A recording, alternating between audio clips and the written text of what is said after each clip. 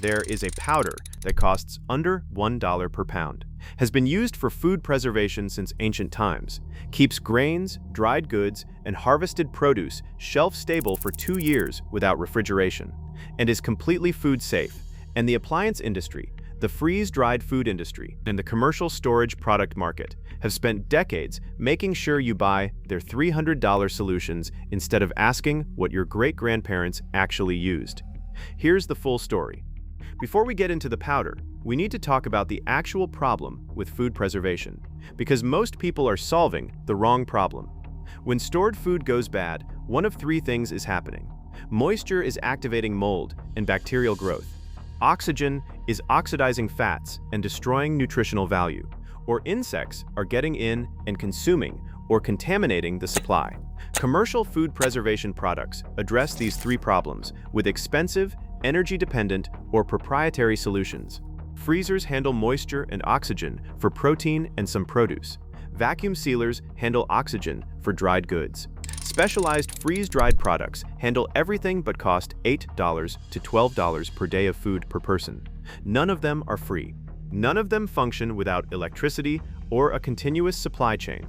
The powder addresses the insect problem completely, the moisture problem significantly, and the oxygen problem partially, and it does it for roughly $1 per pound, requires no electricity, has a shelf life of indefinite when stored dry, and has been used in grain preservation for at least 4,000 years of documented human food storage. That powder is food-grade diatomaceous earth. Diatomaceous earth is the fossilized skeletal remains of single-celled algae called diatoms. Under a microscope, it looks like tiny glass cylinders covered in sharp edges. To a human or a mammal, this is irrelevant. The particles are too large to damage lung tissue when used correctly, and the material is listed as generally recognized as safe by the FDA for use in food storage applications at specified concentrations. To an insect, it is lethal. The mechanism is mechanical, not chemical. When an insect walks through diatomaceous earth, the microscopic sharp edges of the diatom shells penetrate the waxy cuticle that coats the insect's exoskeleton. This coating is what prevents insects from desiccating, losing moisture through their outer surface. Once penetrated, the insect loses moisture rapidly and dies within hours to days. No resistance is possible because the mechanism is physical rather than biological. Insects cannot evolve immunity to dehydration the way they evolve immunity to pesticides. This is why food-grade diatomaceous earth was used in commercial grain storage for decades before chemical pesticides became cheap enough to displace it. It works against all common grain storage pests, weevils, flower beetles, grain moths, warehouse beetles, without leaving chemical residue, without requiring special handling, and without losing effectiveness over time, as long as it remains dry. At $1 to $2 per pound, a single pound treats 50 pounds of stored grain.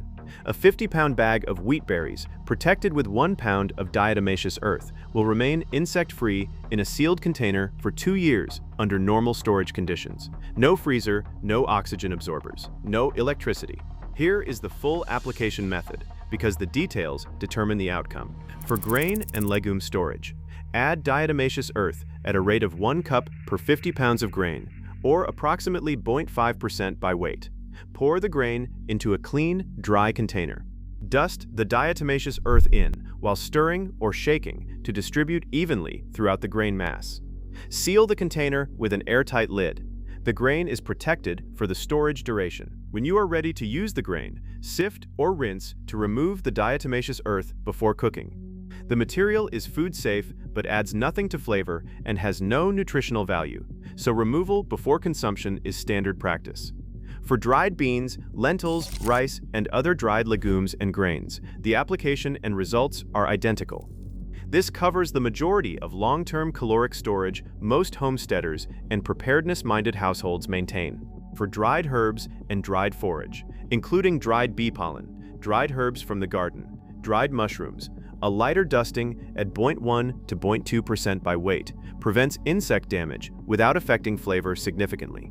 Many traditional herbal preservation practices used similar inert powders for exactly this purpose. For root vegetable storage in a root cellar, diatomaceous earth applied lightly to the storage medium sand, straw, or sawdust, used to pack root vegetables, inhibits both insect activity and some fungal growth by absorbing surface moisture. Combined with proper ventilation, this significantly extends the viable storage window for carrots, potatoes, beets, and parsnips. The reason this knowledge is not in the beginner homesteading courses, the survival prep channels, or the food storage product reviews is as simple and as predictable as every other example of suppressed practical knowledge. The food preservation product market in the United States is worth over $3 billion annually. This includes chest freezers, vacuum sealer machines, vacuum sealer bags at 0.30 seson to 180 seson per bag, freeze-dried food subscription services, Mylar bag systems, oxygen absorber packs, and the associated equipment. Every one of these products is sold on the premise that long-term food storage requires either expensive technology or expensive ongoing consumable purchases. Food-grade diatomaceous earth for grain storage requires neither. It is a one-time purchase of a commodity material. It requires no electricity. It requires no ongoing consumable. The container that stores grain with diatomaceous earth does not need to be a specialized Mylar bag. Any airtight container with a standard lid works. A $3 plastic bucket, $1 worth of diatomaceous earth, and a $10 bag of wheat berries is a 2-year food storage unit that costs $14 and runs entirely without infrastructure. That is not a product ecosystem. That is practical knowledge.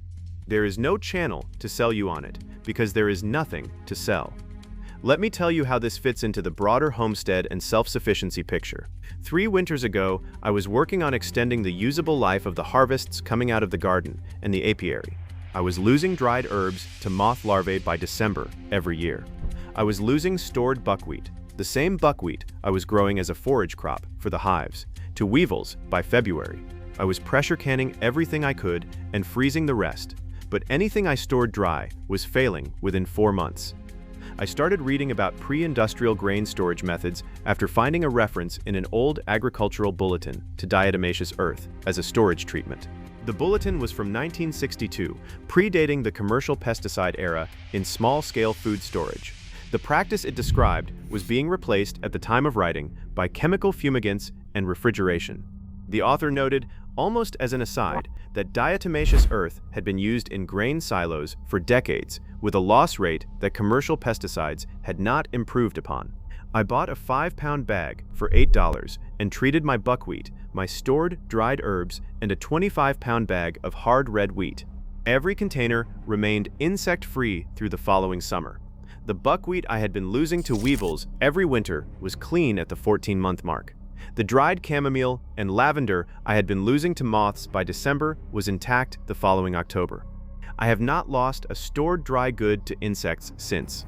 The 5-pound bag has lasted 3 seasons. Total spend, $8. Total electricity consumed by this storage method, 0. Here are the mistakes that produce poor results. Mistake 1. Using pool-grade diatomaceous earth instead of food-grade. Pool-grade DE is chemically treated and is not food safe. Always confirm food-grade labeling before using near anything you intend to eat. Food-grade DE is sold at garden centers, online, and at some farm supply stores. Mistake 2. Storing in a humid environment. Diatomaceous earth loses effectiveness when wet because the moisture prevents it from penetrating insect cuticles and absorbs into the diatom pores, reducing the material's sharp edge exposure. Store treated grain in a dry location and in sealed containers. If the storage environment is very humid, add a moisture absorber to the container. Mistake 3. Insufficient mixing. If the diatomaceous earth is poured on top of grain rather than mixed throughout, the majority of the grain mass is unprotected. Shake, stir, or tumble containers after adding to ensure even distribution. Mistake 4. Not removing before cooking. This is food safe at the concentrations used, but diatomaceous earth is not food in any conventional sense.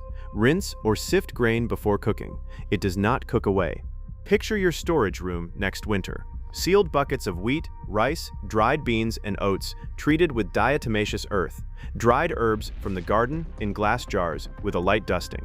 Dried buckwheat from your forage cover crop stored without losses. No freezer running 24 hours a day to preserve what would have spoiled by February.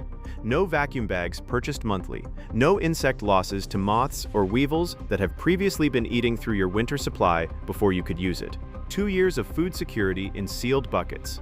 Maintained by a powder that costs $1 per pound and requires no electricity to work.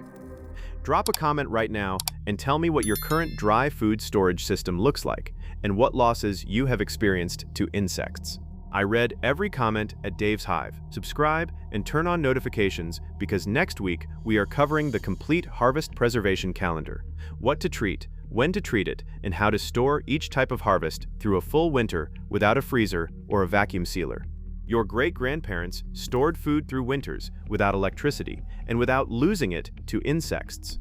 They knew what was in this bag. Now you do too.